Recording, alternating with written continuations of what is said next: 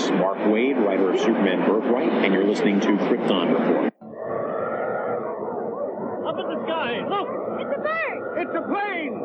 The Krypton Report.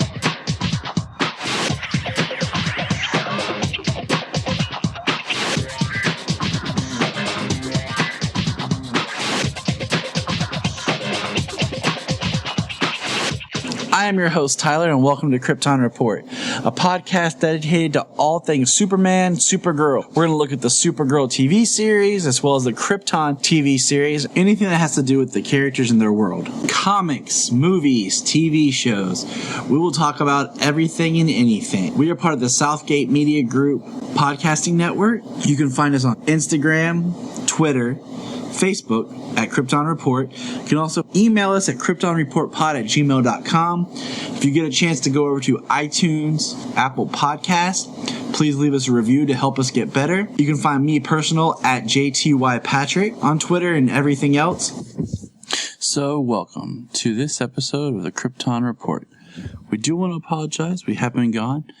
And that if you're wondering, hey, what happened to episode 2?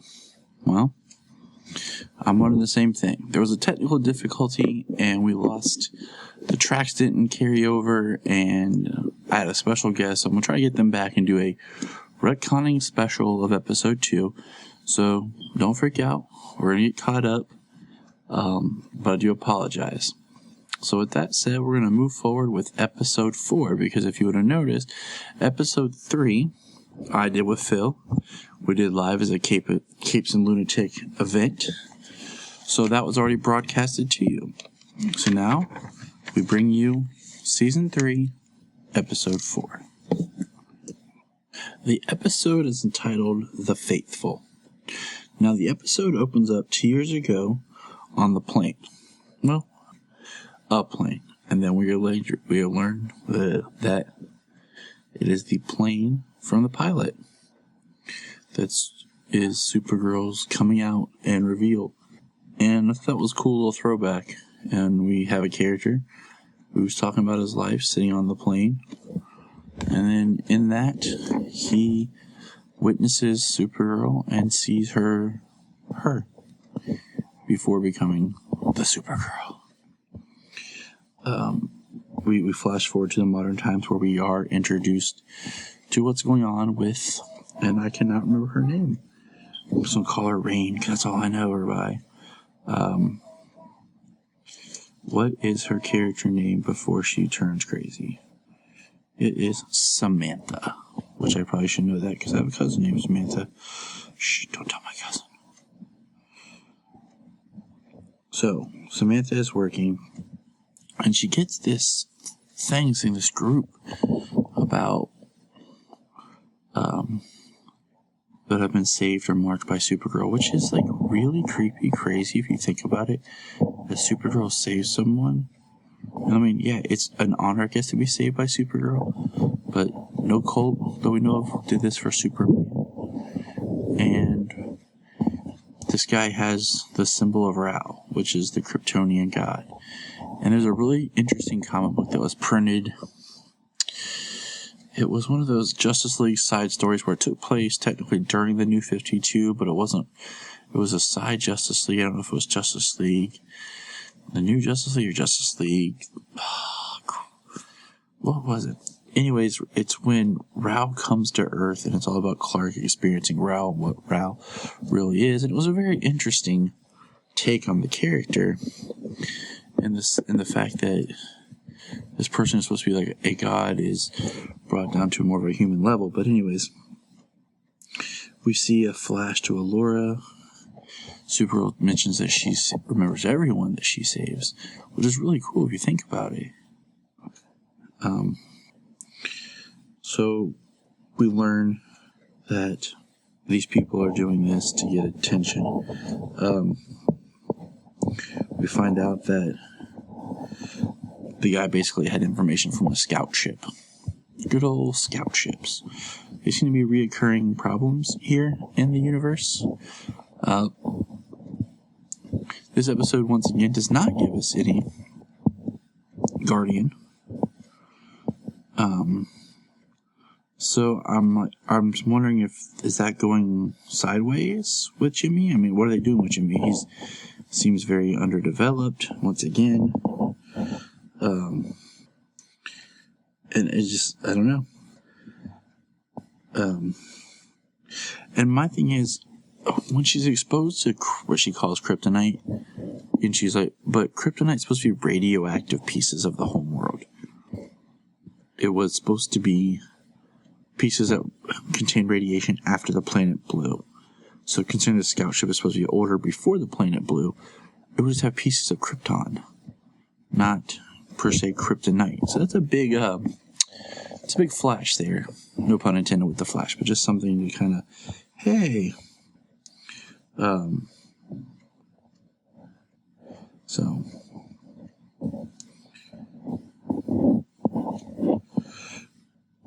We get a really cool moment from Jimmy Olsen, though, where he recounts the story of when he first met Superman.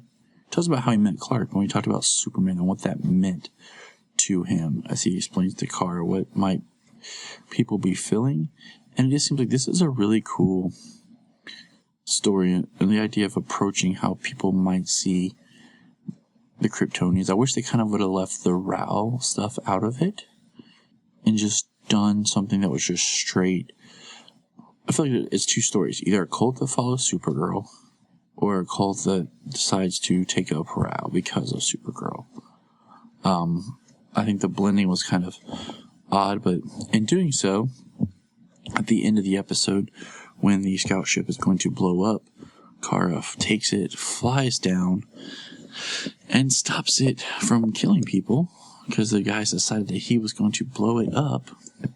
There just so happens to be a spaceship right there that is freed, and when the spaceship is free, we're back in Samantha's kitchen, or no, bathroom, and a really creepy looking Senator Palpatine Emperor talks to her like she will rain down blah blah blah, and then she disappears, and it was really creepy and freaky.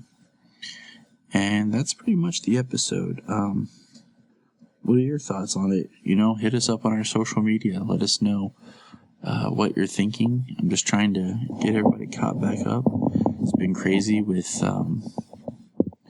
just the new job and the kids and the wife working. So we appreciate the patience and some awesome news. If you haven't heard yet, we now have merch on tpublic.com. You can get your very own Krypton Report t-shirt.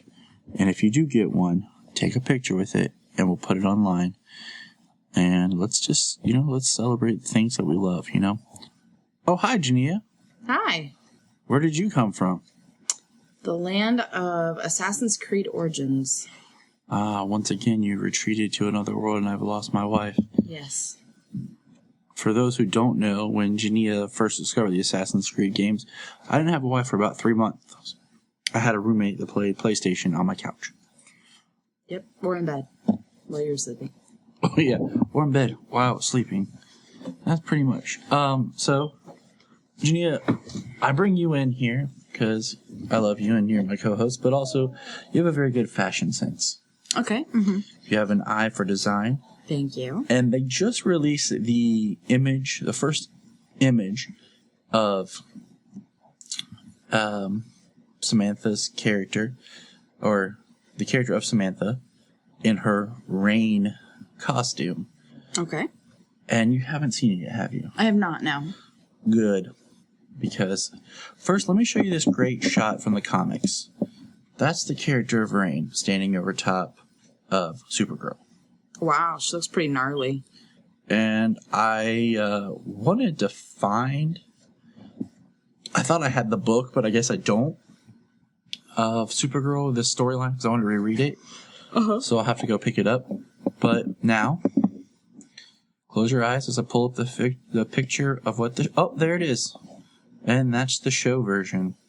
A little underwhelming. And kind of reminiscent of Supergirl's costume in a sense. Doesn't she also look like she should be hanging out with General Zod from Man of Steel? Yeah, definitely. Just absolutely, 100%. Lose the mask and then she could be on the Black Zero. I don't understand it. I mean, black is great. Don't get me wrong. The mask isn't bad. I feel like... Okay, so... I feel like with every CW reveal of a character, the first picture sucks. We might just need a different angle or something. I don't like the cape. At all. I don't like the cape because, once again, we don't need the anti-Supergirl when we kind of had Bizarro already. And we fought Kryptonians. We fought, we had Daxamites that tried to be. So I would... I want her to be something more than just, she looks regular human, She does. And then if you go back, is this right here? Yep. Okay. If you go back to the actual Rain costume, all right, she looks really BA. You know what I mean? She's got like this armor on her one arm. She's got like more of a dark green kind of look. I'm not a huge fan of like the bare skin. The bare skin. Yes, that's a good way of putting it. And there's just like too much skin showing for my opinion. I like how she has like stuff like armor-esque around her face. Yeah, that's cool. And I like the one arm like in the armor, like medieval. That's where she's gonna pull her sword from. And she does have like a cape shawl-ish. It's like a cape, like kind of like a shawl. But yeah, she's like very her own right here. But then you flip back to the one from Supergirl, and she's not very original looking to me.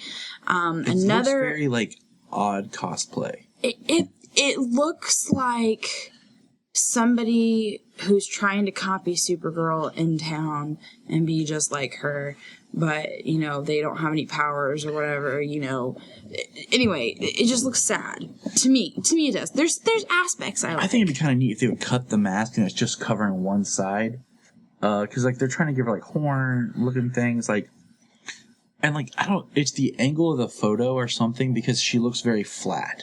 She does look flat. She looks extremely flat, and the way her legs look and everything, it's very like very odd. Photoshop, honestly. Her neck looks crazy, ridiculously skinny. I'm gonna pull up here on my phone real quick while we're looking at this. It makes her look puny. I don't feel like she's dangerous or powerful. It's the angle. It's the upward angle. It's not appealing for her, for this character, I should say. She looks fine herself, but like for this kind of a character, and especially how gnarly the other. I'm trying to think back. Like I said, I feel like every reveal photo looks horrible. I think the only one that was actually ever really cool was Green Arrow. Now look, here's the Flash. This was the first photo they released showing the Flash. That's not bad. It's not bad, but it's kind of odd. It is a little odd. Okay. Now, I do have to say one thing about this costume. To me, it kind of echoes back to like a medieval look. I think it could be more medieval, like... It looks like medieval Supergirl. Like it does. If Supergirl was a Power Ranger, this would be the tattooed teenage alien fighters from Beverly Hills version.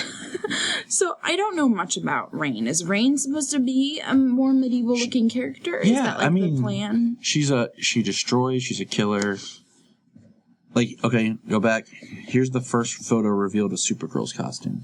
I remember talking about that. And like that photo is just like meh. It's flat too. Compared to what we get.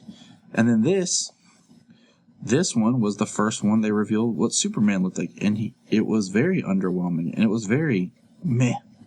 It's ugly. Okay, here's the problem with CW and their photos that they put out. To me, they are over processed. Whoa. They are just over photoshopped. They are over. But like in this one, Supergirl looks great. Yeah, she does look good. Good. But I'm saying, like, his first reveal, he looks meh. And it wasn't until, like, the second photos and the behind-the-scenes photos that I was like, okay, he looks good, like, right here. And I don't know if it's because of when they take the photos. But here's the thing. This is more of a raw photo that you're looking at right now. Right. These are so processed. You've got this backdrop, you know what I mean? You know what they look like? What? They look like the photos that Marvel does when they make their posters. And they're super processed, and they look almost like they're drawn. Yeah. I'm just not a fan of that. Sometimes your characters are going to look better if they're more natural. And they're in the environment. I mean, here's a recent Photoshop promo image. I think Supergirl looks great right there. Yes, she does. You know? She does. So, This costume right now is very underwhelming to me. I'm not impressed. She doesn't look threatening. She just looks odd. She looks like Psychosis, an old wrestler from WCW. Like she should be a luchador somewhere almost. A medieval luchador. She looks like it's Halloween and she's going out. And that symbol on her chest, is that like a screaming skull? Like it looks like a skull, or is it supposed to be something that... I don't understand why she has to have a symbol that looks exactly like Supergirl's.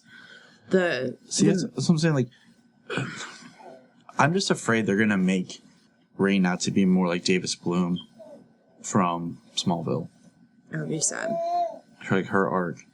And speaking of Supergirl, ours is Awakening. But I'm underwhelmed. I'm waiting for another image, and we may see her like this as the last episode before the mid-season break. Do you think maybe this could be like a preliminary costume? Like... Well, I mean, going back to the Superman photo we looked at, we saw him in the costume, and if you really look, he looks a little thinner. He's got a, like, it looks like someone grabbed him off the street, so we need to get this picture, because his hair is more of, like, his natural look. Mm-hmm. Like, when he was on Teen Wolf, he's got that 5 o'clock shadow going on. Mm-hmm. But then when you see him in the episode of Supergirl, he's clean shaven, his hair's parted the way it is, and he looks the part. It just seems like they said, all right, Tyler, you're hired. Put that suit on. I want to take this picture. Right.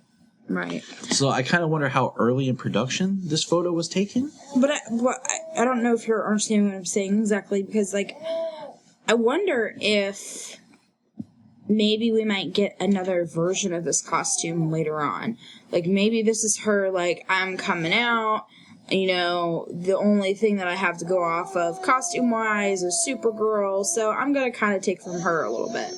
You know what I mean? But then later on, when she's able to become, like, more of her own character, and more of her own persona, maybe she'll step away from the Supergirl-esque mold. Do you know what I'm saying? Yep.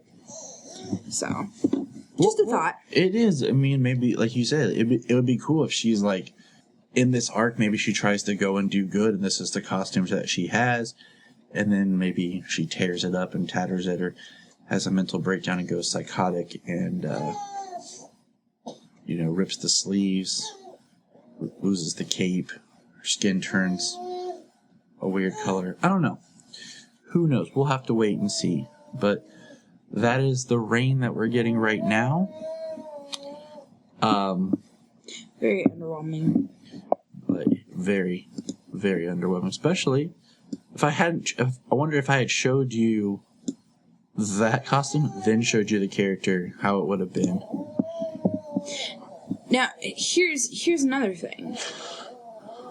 They are showing us these pictures out of context. We have no context to go with why is she dressed up like that? What's the drive behind her being dressed up? Mm-hmm. You know what I mean? So, I don't know. And here's a high-res shot, and it does kind of look like a skull, doesn't it? It does. Like head, eye, nose, teeth, open mouth on her chest. Yeah, it kind of does look like a screaming skull. That's odd. So, and then it kind of almost looks like, once again, I'm going to pull this up real quick. Pardon me.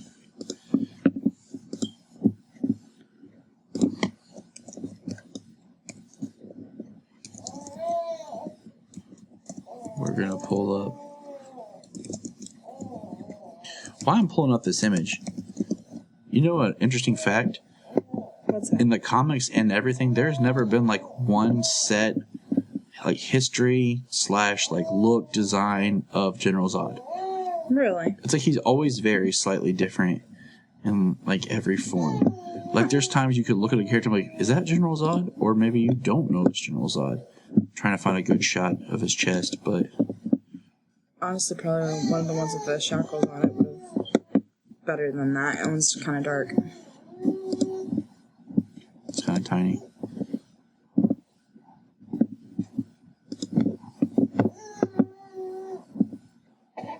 can I ever? Oh, hey. Now see how his is kind of got that curve to it? Yeah. And some people say, what if he, like, an old theory was, what if Zod had ties to Darkseid? Because it kind of looks like Darkseid's Omega symbol turned sideways. Oh, interesting. But then look just how the formation is, like, curvy. I said, I don't know. Maybe they took out after the idea of General. What I always Zod's find interesting costume. is, like, I know that they hire Colleen Atwood, who designed Supergirl's costume, and I know she did the Arrow and the Flash, but then, like, after that, when they have the other characters take on superhero personas, does she come back, or does, like, somebody else on set do it? Right. You know, like, they hire her for the big guns, and then she disappears, like she probably did Superman's. But that's all for today. That's Rain.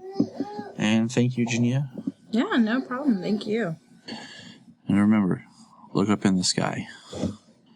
And remember, you can find us on Instagram, Twitter, Facebook at Krypton Report. You can also email us at kryptonreportpod@gmail.com.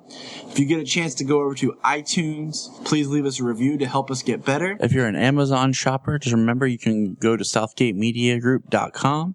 There's a portal, log into Amazon, and you'll shop into your account just regular, but it also helps keep all the podcasts on and helps keep Southgate running. Remember, look up in the sky.